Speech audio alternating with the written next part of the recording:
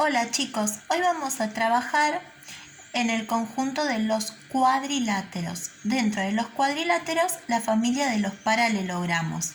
Como la misma palabra lo dice, son paralelogramos porque tienen dos pares de lados paralelos.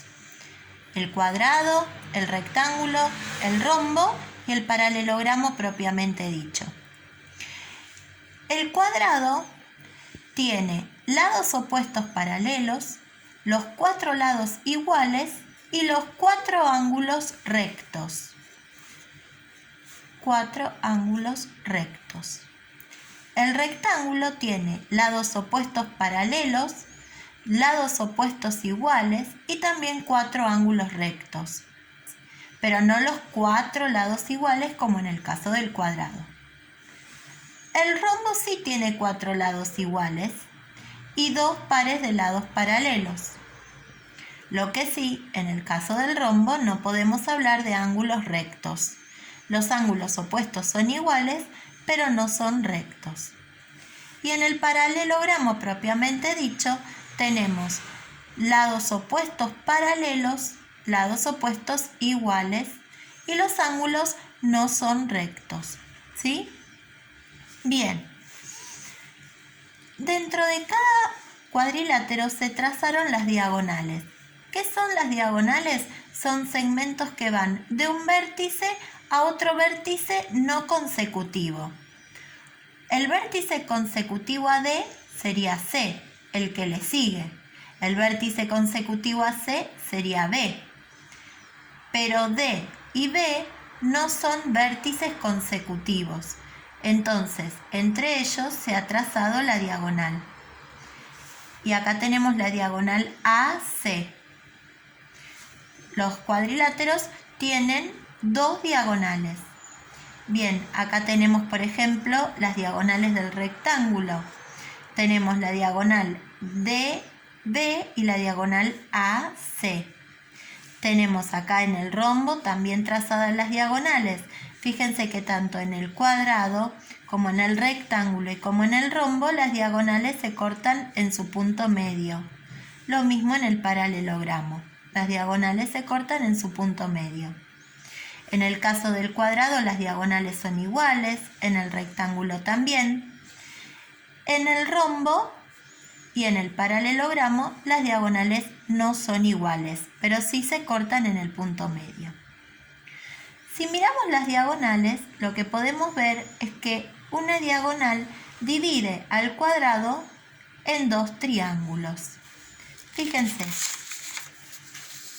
acá tenemos la mitad de un cuadrado que quedó determinada al trazarse la diagonal CA. ¿Cómo puedo hacer yo para reconstruir el cuadrado a partir del triángulo que quedó determinado por la diagonal? Lo puedo hacer de dos formas. Una es trabajando con la escuadra y la regla. Yo sé que el lado opuesto a BA tiene que ser paralelo. Entonces me voy a desplazar, apoyo la escuadra en el lado BA, apoyo la regla, de tal manera que al desplazarme esté absolutamente segura que el segmento que yo trace va a ser paralelo a BA. De la misma manera, yo me quiero asegurar que por el vértice A pase un segmento paralelo a BC.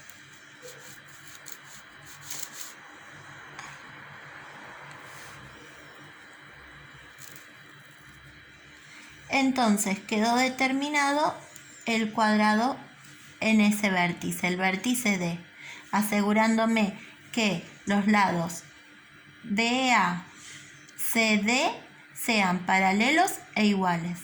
Los lados BC y AD sean paralelos e iguales. Y a su vez los cuatro ángulos rectos. Esa es una manera. Veamos otra. Tenemos acá también, vamos a ponerles A, B y C. Es la mitad de un cuadrado que quedó determinado a trazar la diagonal CB. Bien, una manera de hacerlo es a partir de sus ángulos. Yo sé que el ángulo C del cuadrado debe ser recto. Entonces, usando el transportador, coloco el centro del transportador en el vértice C. Y el lado tiene que coincidir con los 0 grados. Y marco los 90. Voy a trazar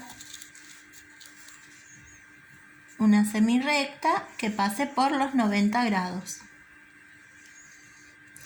A su vez, sobre el ángulo B, sobre el vértice B, también tengo que construir un ángulo de 90 grados. Sería aquí.